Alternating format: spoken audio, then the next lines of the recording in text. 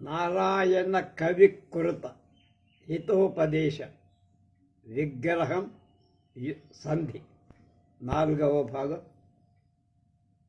6-8-20.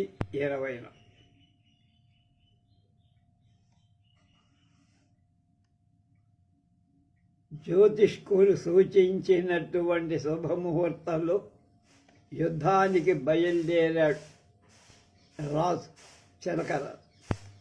అధా ప్రహిత ప్రణిధిశ్చరో నా హిరణ్యగర్భం ఆగత్య ప్రణమ్యోవాచ దేవా సమాగత ప్రాయో రాజా విచిత్రవర్ణ సంప్రతి మలయ పర్వతాధిత్యతాకాయాం సమావాసిక్త కటకో వర్తతే దుర్గశోధనం ప్రతిక్షణమనుసంధాతవ్య యతో సౌగృధ్రో మహామంత్రి కించి కేనచిత్ సహతస్య విశ్వాసకథా ప్రసంగేన తదింగితమవగతం మయా యత్ అనేకో ప్రియ మద్ధుర్గే నియుక్తై చక్రవాకో బ్రూతే దేవా కాక ఏవాసౌ సంభవత్.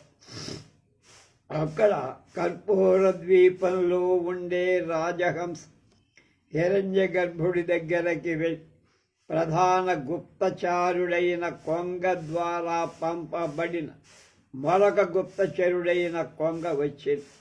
నమస్కరించి ఇలా విన్నవించి, ప్రభు, జంబూద్వీప పక్షిరాజైన చిత్రవర్ణుడు యుద్ధానికి సిద్ధమై వచ్చినట్లే మనం భావించాలి. ప్రస్తుతం మలయ పర్వత ప్రాంతంలో సైన్యంతో విడిది చేసి ఉన్నాడు. మన కోటను ప్రతి క్షణం మనం పరీక్ష చేసుకుంటూ ఉండాలి. ఎందుకంటే అక్కడ మహామంత్రి గద్ద ఉన్నాడే, వాడు మహాసమర్థుడు, ముదుడు. అలాగే అతడి రహస్య సంభాషణ సంకేతం ద్వారా అతడి గుప్తచరుడు వేగు ఒకడు మన కోటలో ముందుగానే నియమితుడై ఉన్నట్టు నేను గ్రహించి ఇక్కడ మన రహస్యాలు తెలుసుకోవడానికి ఒక గుప్తుగా ఉండేటువంటి వేగుని మన కోటలో పెట్టినట్టుగా నాకు అర్థమైంది. నేను వాడిని గమనిస్తాను.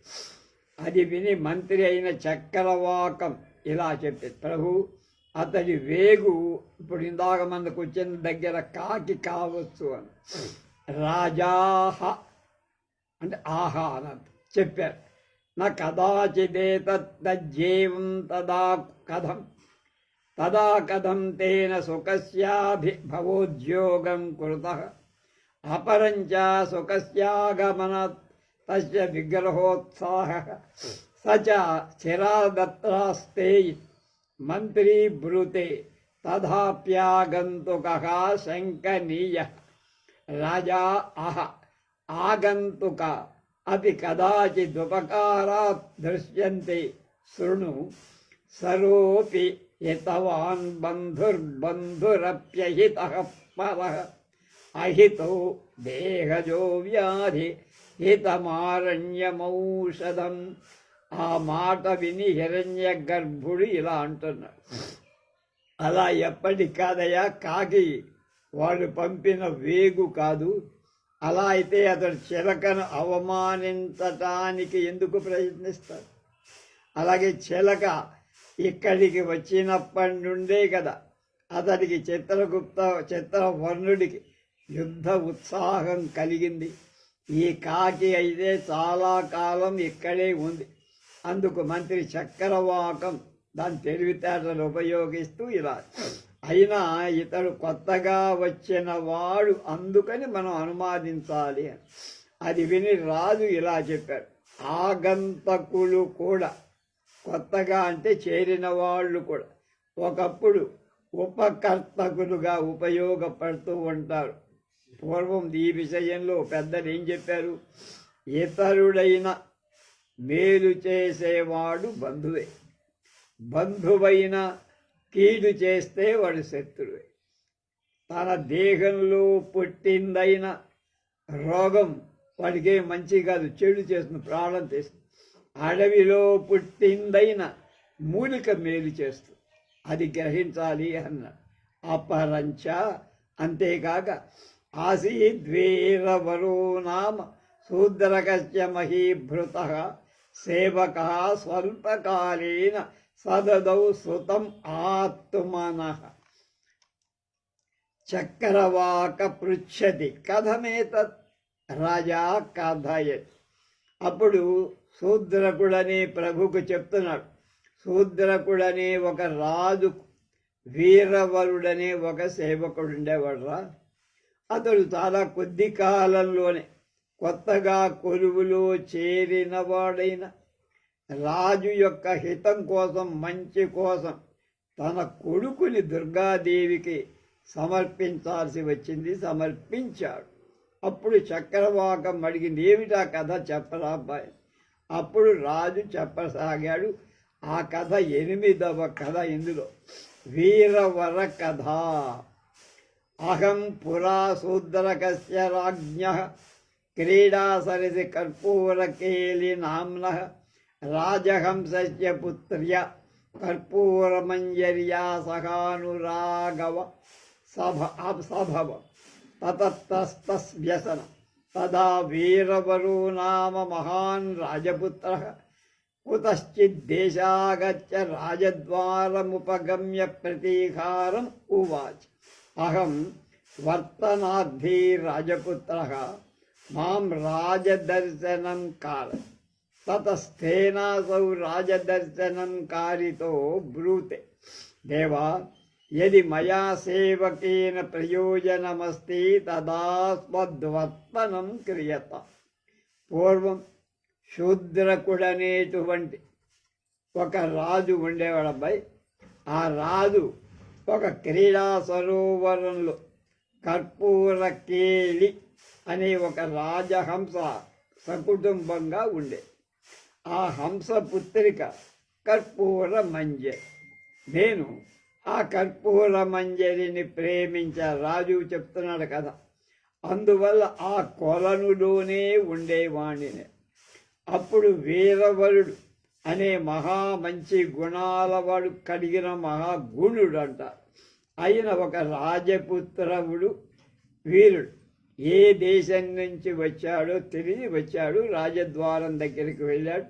ద్వారపాలకుడితో ఇలా చెప్పి, నేను ఉద్యోగం నౌకరీ కోసం రాజుగారిని అర్థించటానికి వచ్చిన వీరపుత్రుడిని కనుక నాకు రాజదర్శనం కలిగించు బాబు అన్నాడు.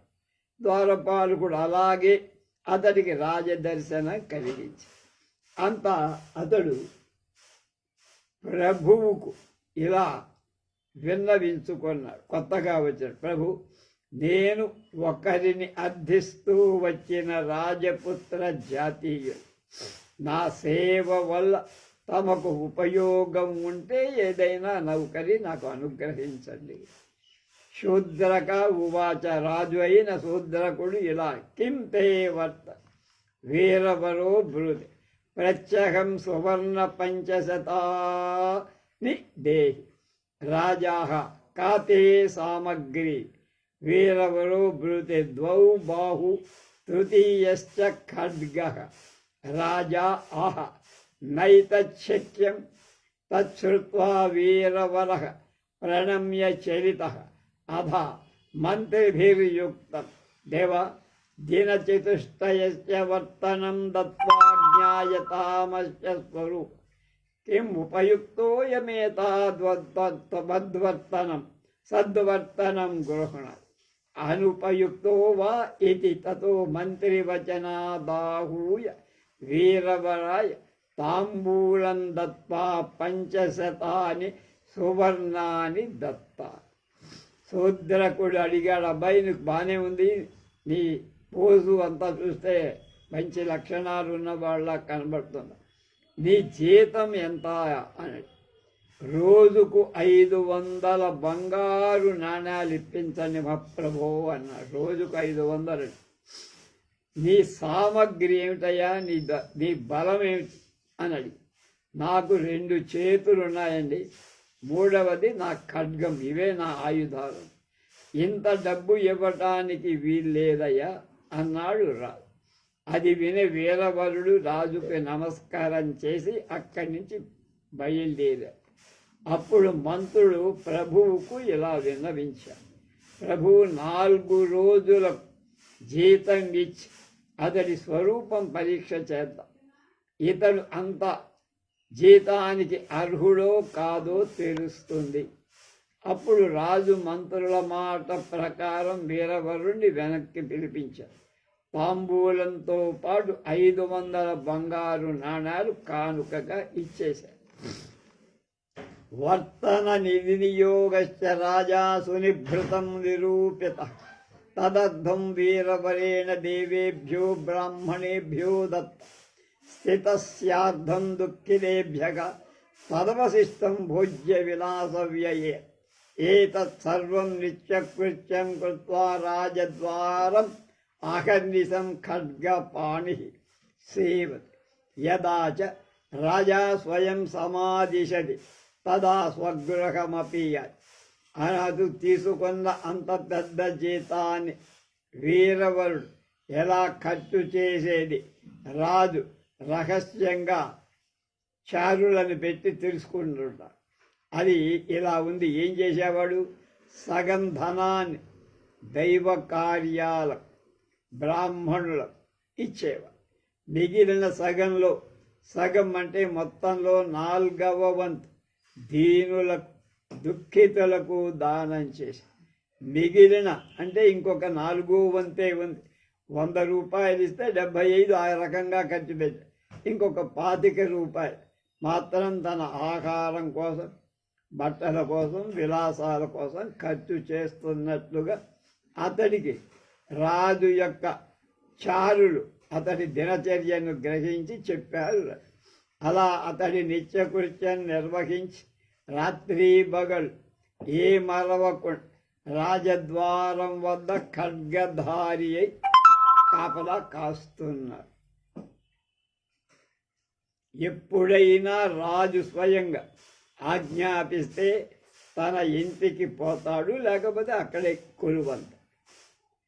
అధైకథా కృష్ణ చతుర్దశ్యాం రాత్రౌ స రాజ సకరుణ క్రందనధ్వనిం శుశ్ర తచ్చుత్వా రాజా బ్రూతే కః కోత్ర ద్వారి తిష్టతి తదానేనోక్త దేవ అహం వీరవర. రాజోవాచ క్రందనాన్ అనుసరణం క్రియతాత్ వీరవరోపి యథా జ్ఞాపయతి దేవ ఇత్యుక్త్వా చరితః రాజ్ఞాపి చింతిత. అయం ఏకాకీ రాజపుత్రో మయా సూచి భేద్యో తమసి ప్రహితః నైతదుచితం తదహమపి గత్వా కిమేతత్ ఇది నిరూపయామి ఇతి. అప్పుడు ఒక కృష్ణ చతుర్దశి రోజు రాత్రివేళ ఆ రాజు ఒకానొక దీనమైన ఏడుపు ధ్వని విన్నారు. అది విని ఇలా పిలిచాడు, ఎవరక్కడా ద్వారంలో అన్నాడు. అందుకు వీరవరుడు ఇలా, ప్రభు నేను మీ సేవకుణ్ణి వీరవరుణ్ణి. అయితే ఆ ఏడుపేమిటో పోయి విచారించి కనుక్కొని రా అన్నాడు. వెంటనే అని బయలుదేరి వెళ్ళాడు. పోగానే రాజు ఇలా అనుకున్నాడు, ఈ కటిక చీకటిలో ఈ రాజపుత్రుణ్ణి ఇలా ఒంటరిగా పంపటం న్యాయంగా లేదు. అందుచేత నేను కూడా రహస్యంగా వెళ్తా, అదేమిటో నేను కూడా విచారించి తెలుసుకుంటా అనుకున్నాడు. తతో రాజాపి ఖడ్గమాదాయ తదనుసరణ క్రమేణ నగరాత్ బహిర్నిర్జగ గత్వా చ వీరవరే వదతి రూప యౌవన సంపన్న సర్వాలంకార భూషితా కాచిత్ స్త్రీ దృష్టా పృష్టా చ కాత్వం కిమర్థం రోదిసి ఇది. స్త్రీయోగం అహమేతస్య శూద్రకస్య రాజ్యలక్ష్మీ చిరాదేతస్య భుజఛాయాయాం మహతా సుఖేన విశ్రాంత ఇదానీం అన్యత్ర గమిష్య ఇత్ వీరవరో బ్రూతే యత్ర అపాయః సంభరతి తత్ర ఉపాయాన్యస్తి తత్కథం స్యాత్ పునరిహావాసో భవత్యాః. అప్పుడు రాజు చేతలో ఖడ్గం తీసుకొని అతన్ని వీరవరుణ్ణి ఇతడు కూడా అనుసరించి వెళ్ళాడు. క్రమంగా అతడితో పాటు నగరం బయటకు వచ్చాడు. అక్కడ వీరవరుడు ఏడ్చే ఒక అందమైన అమ్మాయిని చూశాడు. ఆమె యవ్వనంలో ఉంది, అంతేకాదు బహువిధాలైన ఆభరణాలతో. వీరవరుడు ఆమెను అడిగాడు, అమ్మా, ఎవరు నువ్వు, ఎందుకు ఏడుస్తున్నావు, కారణం. ఆ సుందరీమణి ఇలా అని, నువ్వెవరవయ్యా అడిగాడు. అప్పుడు ఆమె, నేను శూద్రక ప్రభువు, ఈ రాజు యొక్క రాజ్యలక్ష్మిని, ఈ రాజ్యం అనే లక్ష్మిని నేను. చిరకాలంగా ఇతడి భుజ నీడలో పాలనలో సుఖంగా ఉన్న, త్వరలో ఇతడికి ఆయువు తీరనుంది, ఇప్పుడు వేరే చోటికి పోవాలి అని దుఃఖిస్తున్నా అని చెప్పింది ఆ రాజ్యలక్ష్మి. అది విని వీరవరుడు మళ్ళా ఇలా అడిగాడు, అపాయం ఉన్న చోట ఉపాయం ఉంటుందమ్మా విరుగుడు, అందుచేత నువ్వు ఇక్కడ ఉండే ఉపాయం ఏమిటో చెప్పు, నేను నిర్వర్తిస్తా అన్న. లక్ష్మీరువాజ్ యది త్వమాత్మన పుత్రం శక్తిధరం ద్వాత్రింశల్లక్షణోపేతం భగవత్యా సర్వమంగళాయ ఉపహారీకరోష్ తదాహం పునరత్ర సుచిరం నివస ఇత్యుక్త్వా సాదృశ్యా భవత్. రాజ్యలక్ష్మి వీరవరుడితో ఇలా చెప్పు, అలా అయితే నాయన నువ్వు 32 శుభలక్షణాలతో విరాజిల్లేటువంటి నీ కొడుకుని శక్తిధరుణ్ణి ఈ దుర్గామాతకు బలిగా సమర్పించు.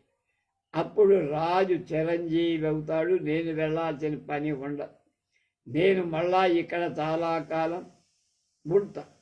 ఆ మాట అని రాజ్యలక్ష్మి అదృశ్యమై తతో వీరవరేణ స్వగృహం గత్వ నిద్రాయమాణా స్వవధూ ప్రబోధితా పుత్రశ్చ తౌ నిద్రాం పరిత్యజ్యోత్థాయోపవైస్తవ్ వీరవర సత్సర్వం లక్ష్మీవచనముక్తవ తత్శ్రుత్వా సానందనః శక్తిధరో బ్రూతే ధన్యోహం ఏవం భూతః స్వామి రక్షార్థం యస్యోపయోగః తాత యత్కోధునా విలంబస్య హేతుః ఏవం విధే కర్మణి దేహస్య వినియోగః శ్లాఘ్యః యతః.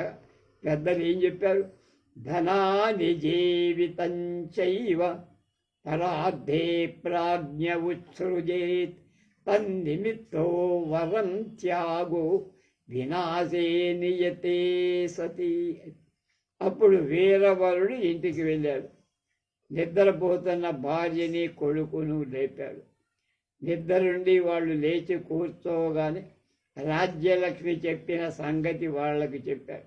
అది విన్న కొడుకు శక్తిధరుడు చాలా ఆనందంతో, నేను చాలా ధన్యుణ్ణి నాన్న, ఇలా ప్రభువుకి రాజ్యానికి రక్షణ కోసం నేను నా దేహం శరీరం ఉపయోగపడుతుంటే నాకు అంతకంటే ఏం కావాలి తండ్రి. ఇక ఇప్పుడు ఏమాత్రం ఆలసించకుండా అలాంటి సత్కార్యానికి శరీరాన్ని ఉపయోగించకపోతే నా జీవితం ఎందుకు, కనుక నన్ను నరికవతల పారేయమన్నా.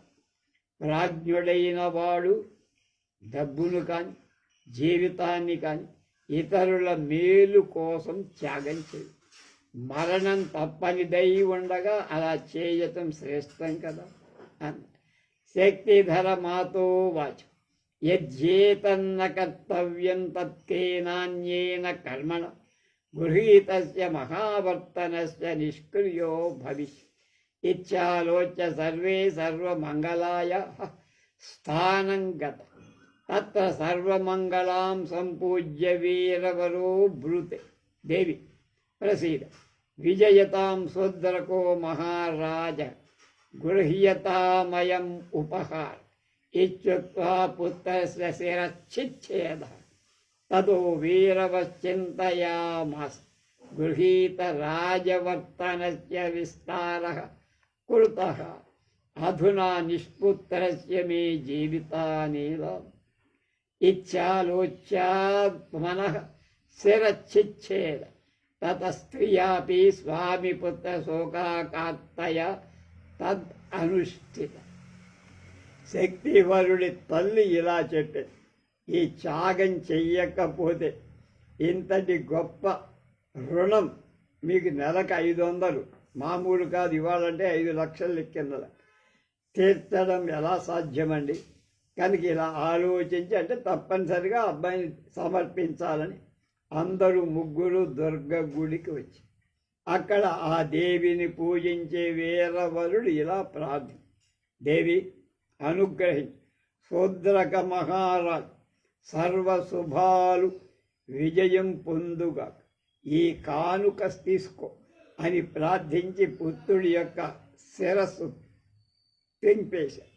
అలా ఛేదించిన తరువాత మళ్ళీ పాపం బాధ, తీసుకున్న గొప్ప జీతానికి తగిన ప్రతిక్రియ చేశాను నాళ్ళకి, పుత్రహీనమైన జీవితం వ్యర్థం అని అనిచి తన తలను కూడా ఖండించేసుకో.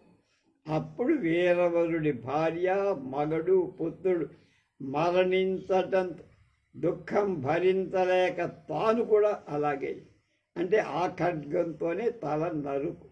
తత్సర్వం దృష్ట్వా రాజా సాశ్చర్యం చింతయామాస. జాయంతే చ మ్రియంతే చ మద్విధా క్షుద్ర జంతవః అనేన సదృశో లోకే న భూతో న భవిష్యత్. తదేతత్ పరిత్యక్తేన మమ రాజ్యేనాపి కిం ప్రయోజనం. ఇచ్చేవం విచింత తత శూద్రకేనాపి స్వశిరచ్ఛేత్తం ఖడ్గః సముత్థాపిత అధ భగవత్యా సర్వమంగళయ ప్రత్యక్షీభూతయ రాజాహస్తే ధృత ఉక్తశ్చ పుత్రా ప్రసన్నాస్మీతి సాహసేన అలం. అలం అంటే చిరంజీవ జీవనాంతేపి తవ రాజభంగో నాస్తి. రాజు ఇదంతా చూశాడు, తన కోసం, తన రాజ్యం కోసం ఇంతమంది త్యాగం చేశారు. ఇలా అనుకున్నాడు, నా వంటి నీచ ప్రాణులు రోజుకి ఎంతోమంది పుడతారు, చస్తారు, ఇతడితో సమానుడు ఇంత త్యాగశీలి ప్రపంచంలో ఎవడూ లేడు అనుకొని, అలాంటి వాణ్ణి పోగొట్టుకున్న ఈ రాజ్యంతో నాకేమిటి ఉపయోగం అని దుఃఖించి శూద్రక మహారాజు కూడా తన శిరస్సును ఖండించేందుకు ఖడ్గం ఎత్తేశాడు. అంతలో భగవతి దుర్గాదేవి ప్రత్యక్షమై అతని చేతి నుండి ఖడ్గం లాగేసి ఇలా, పుత్ర, నీవు చేసిన పనికి చాలా సంతుష్టనయ్యానయ్యా, సాహసం చెయ్యకు, చిరంజీవిగా ఉండు, నీ జీవితం తర్వాత నీకు రాజ్యభంగం లేదు, అంటే నువ్వు బతికున్నంత కాదు నీ రాజ్యాన్ని ఎవడు అపహరించ అన్నట్టు. రాజాచ సాష్టాంగపాతం ప్రణమ్యోవాచ, దేవి కిం మే రాజ్యేన జీవితేన వా కిం ప్రయోజనం, యజ్జహమవకంపనీయస్తదా మమ ఆయుశేషేనాప్య సదారపుత్రో వీరవరో జీవితు అన్యథాహం యథా ప్రాప్తాం గతిం గచ్చ. భగవత్యువాచ, పుత్రా, అనేన తత్వోత్కర్షేణ భృత్యవాత్సల్యేన చ సర్వదా సంతుష్టాస్మి. గచ్చ విజయీ భవ, అయమపి సపరివారో రాజపుత్రో జీవతు ఇత్యుక్త్వా దేవ్యదృశ్యా అదృశ్యా భవ. తతో వీరవరః సపుత్రధారః ప్రాప్తజీవనం స్వగృహం గతః. రాజాపి తైరలక్షితః సత్వరం అంతఃపురం ప్రవిష్ట. వెంటనే రాజు సాష్టాంగ నమస్కారం చేసి దుర్గాదేవి ఇలా తన కోరిక విన్నవించారు. అమ్మా, నాకు రాజ్యంతో కానీ జీవితంతో కానీ ఇంకా ఏం ప్రయోజనం? నా మీద నీకు దయ ఉంటే నా మిగిలిన ఆయుస్సుతో ఈ వీరవరుడు చేసిన త్యాగాంతో అతడి పుత్రుడిని భార్యని కూడా బతి. అలా కాకపోతే నా సాగు నేను చస్తా, నాకు ఈ రాజ్యం వద్దు ఏమొద్దు అని ఆ దేవత అప్పుడు అలా, నాయనా కుమార రాజా, ఈ గొప్ప సాహసం చేత సేవకుళ్ళ మీద ఉన్న ప్రేమ చేత చాలా సంతోషం పొందానయ్యా. విజయాన్ని సంపాదించి ఈ రాజపుత్రుడు భార్య పుత్ర సమేతంగా జీవిస్తాడు అని ఆ దేవి తన ఇంటికి అలా చెప్పి అంతర్ధానం పొందింది. భార్య పుత్ర సహితంగా వీరవరుడు జీవించాడు. తన ఇంటికి వెళ్ళాడు. రాజు సైతం వాళ్ళకి కనబడనట్లుగా అంతఃపురం చేరాడు. అధ ప్రభాతే వీరవరో ద్వారస్థ పునర్భూపాలేన పృష్టః సన్నాహ దేవా సా రుదతి మామవలోక్యా దృశ్యాభవత్ న కావ్యన్యావార్తా విద్యతే తద్వచనమాకర్ణ్య అనుస్తు రాజా సాశ్చర్యం చింతయామాస్ కథమహం శ్లాఘ్యో మహాసత్వః యతః ప్రియం బ్రూయాదపకృపణః శూలః స్యాదవికర్ధనః దాతానాపత్రవర్షే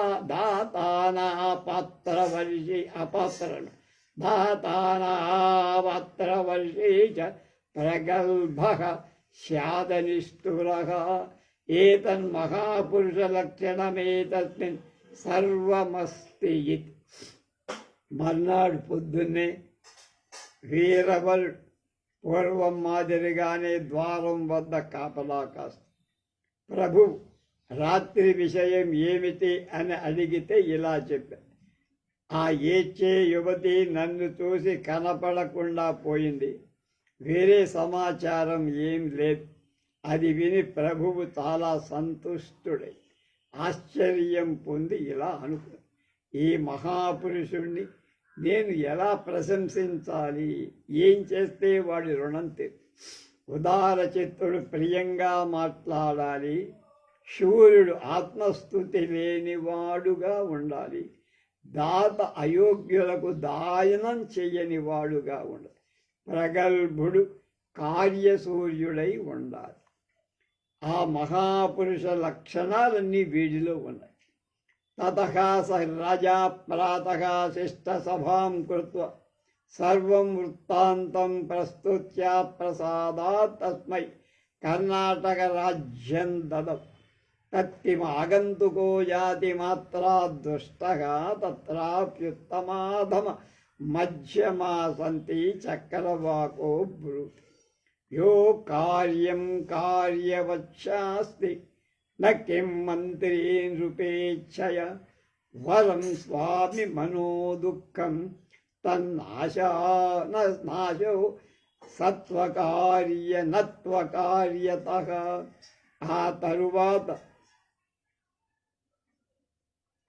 రాజు ఉదయం సభ చేశాడు, పెద్ద పెద్ద వాళ్ళందరినీ పిలిచాడు, రాత్రి జరిగిందంతా వివరించాడు. సాదరంగా వీరవరుడి కర్ణాటక రాజ్య సమర్పణ ఇచ్చేశాడు. అలా ఈ కథను తెలిపి రాజహంస హిరణ్యగర్భుడు తన మంత్రి అయిన చక్రవాక పక్షిని ఇలా అడిగింది, ఏమయ్యా, కొత్తవాడు అనే జాతి చేతనే కొత్తవాడు కానీ దుష్టుడవుతాడా? ఇందాక అయ్యాడా వీరవరుడు? వారిలో ఉత్తములు ఉంటారు, మధ్యములు ఉంటారు, అధములు కూడా ఉంటారు కదా అంటే చక్రవాకం ఇలా, ప్రభువుకు ఇష్టంగా ఉన్న చేయకూడని పని చేయదగినదిగా చెప్పేవాడు, శాసించేవాడు దుష్టమంత్రి, చెవిలో చెడు చెప్పేవాడు. అప్పుడు ప్రభువు యొక్క మనసు దుఃఖం కలిగిన మంచిదే కానీ అకృత్యం ద్వారా ప్రభువు నశింపరా. ప్రభువుకి అప్రియాలు చెప్పి ఆయన నాశనం చేసే ఆలోచన ఎవడు చేయి.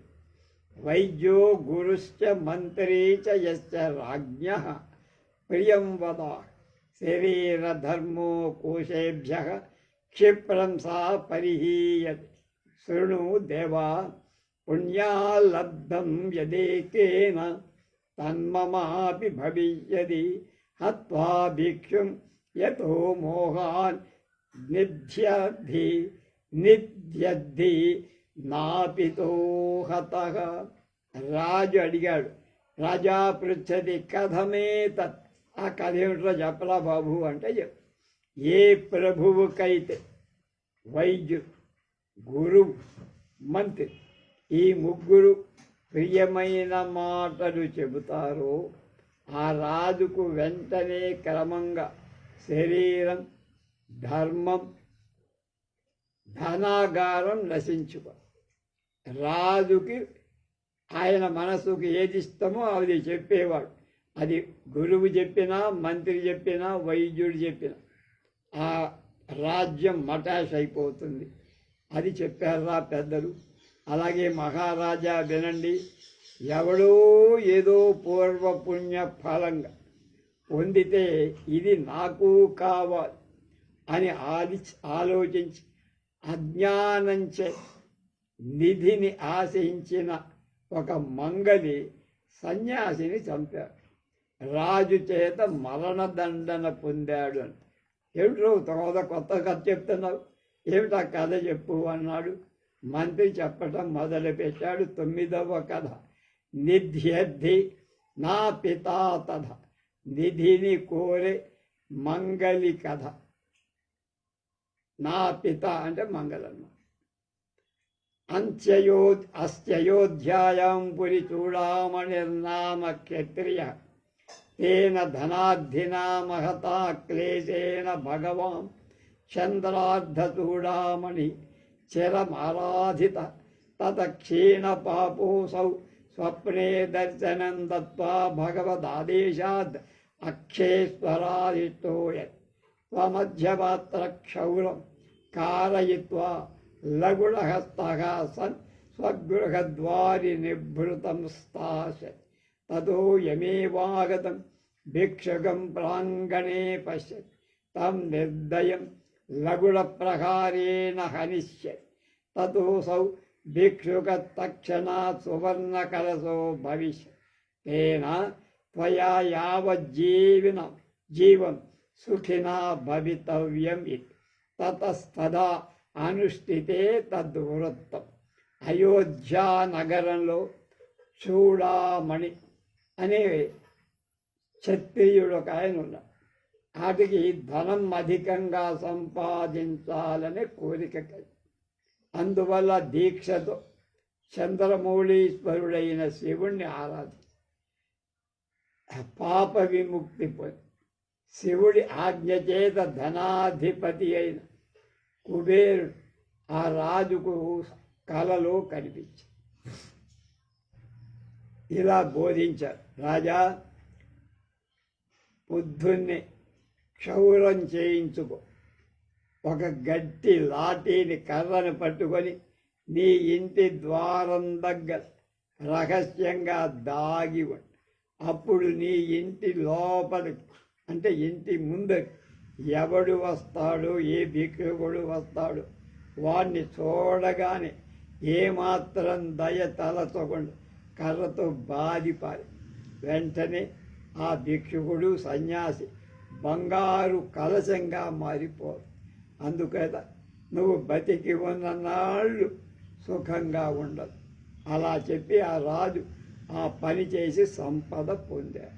తత్ర క్షౌరకరణాయానీతేన నాపితేన తత్సర్వం ఆలోక్య చింతిత అయే నిధి ప్రాప్తేరయ ఉపాయ తదహ త్వేవం కిన్న కరోమి ఇది.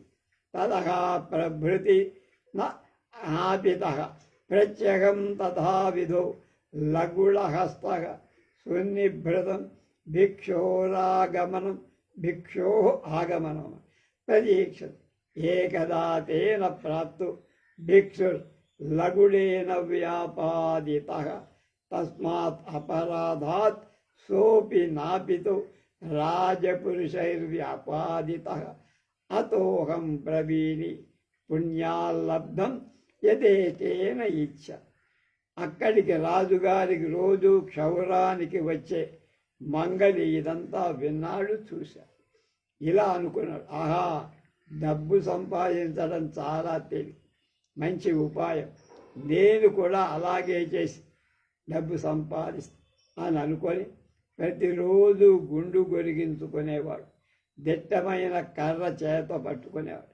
వాకిలి వద్ద ఎవరైనా కనబడినట్లు దాగి భిక్షకుడవుడు ఎప్పుడొస్తాడా అని ఎదురు చూస్తూ ఇలా కొన్ని రోజులు గడిచి ఒకరోజు ఒక భిక్షుడు సన్యాసి దురదృష్టం కొద్దీ వచ్చి మంగలి కర్రతో విపరీతంగా మోదగా వాడు చచ్చిపోయాడు. అప్పుడు రాజభటులు వచ్చారు. వీడు చేసిన అపరాధానికి వాడి మంగల్ని బంధించారు. మంగలికి మరణ శిక్ష విధించారు. లేని పులిని చూసి నక్క వాత పెట్టుకోవడం అంటారే అలాంటిది. కనుక అందుచేత నేను చక్రవాకాన్ని చెప్తున్నా, మహాప్రభో, పుణ్య ఫలంగా ఎవడికో ఏదో లభిస్తే మనకు కూడా అలాగే రావాలి అని ప్రయత్నం చేస్తే ఇలా మోసపోతాం. రాజా పురావృత్తకథోద్గారై కథం నిర్ణీయతే పరః స్యా నిష్కారణ బంధుర్వా కివ్వా విశ్వాసఘాతుకః. యాతు ప్రస్తుతమనుసంధీయతాం మలయాధిత్యకాయాం చేచ్చిత్యవన్న తదుధునా కిం విధేయం. మంత్రీ వదతి ఆగత ప్రణిపుఖాన్మయా స్వతం యత్ మహామంత్రిణు గృద్ధస్యోపదేశే చిత్రవర్ణేనాన్ ఆదర కృతః తతోసౌ మూఢో జేతుం శక్యః.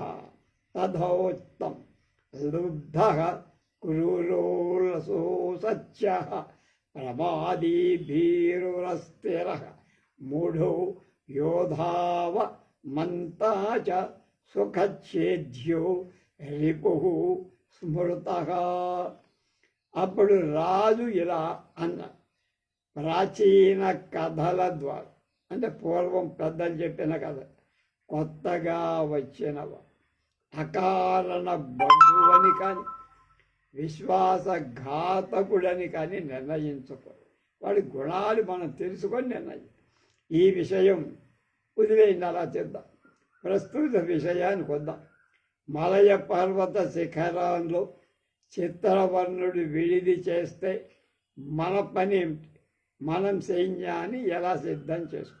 అది విని మంత్రి ఇలా బదులు చెప్పారు, దేవా, వచ్చిన వేగు వల్ల, అంటే మన చారుడి వల్ల నేను విన్నా. అతడు మహామంత్రి అయిన గద్ద బోధను పెడచెవిని పెట్టి, అందువల్ల ఆ మూర్ఖుణ్ణి జయించడం చాలా తేలి. ఇలాంటి సందర్భంలో ప్రాజ్ఞులు పెద్దలు ఒక మాట చెప్పారు, లోభి, క్రూరుడు, సోమరి, అబద్ధాలాడేవాడు, అసత్య భాష, జాగ్రత్త లేనివాడు, పిరికివాడు, చపలమైన చిత్తం గలవాడు, అంటే చంచల మనస్సు ఉన్నవాడు, మూర్ఖుడు, యుద్ధ వీరులను అవమానించేవాడు అయిన శత్రువును తేలికగా జయించవద్దు. అవతలి రాజులో వాడు లోభి కావాలి, క్రూరుడవ్వాలి, సోమరి, అసత్యాలు చెప్పేవాడు, జాగ్రత్త లేనివాడు, పిరికివాడు, చపల చిత్తుడు, మూర్ఖుడు, యుద్ధం చేసిన వీరుల్నే అవమానించే అయిన రాజైతే వాణ్ణి మనం ఓడించడం చాలా తేలిక అని చెప్పి తర్వాత ఏం చెప్తారు, ఏం చేస్తారు రేపు తెలుసు.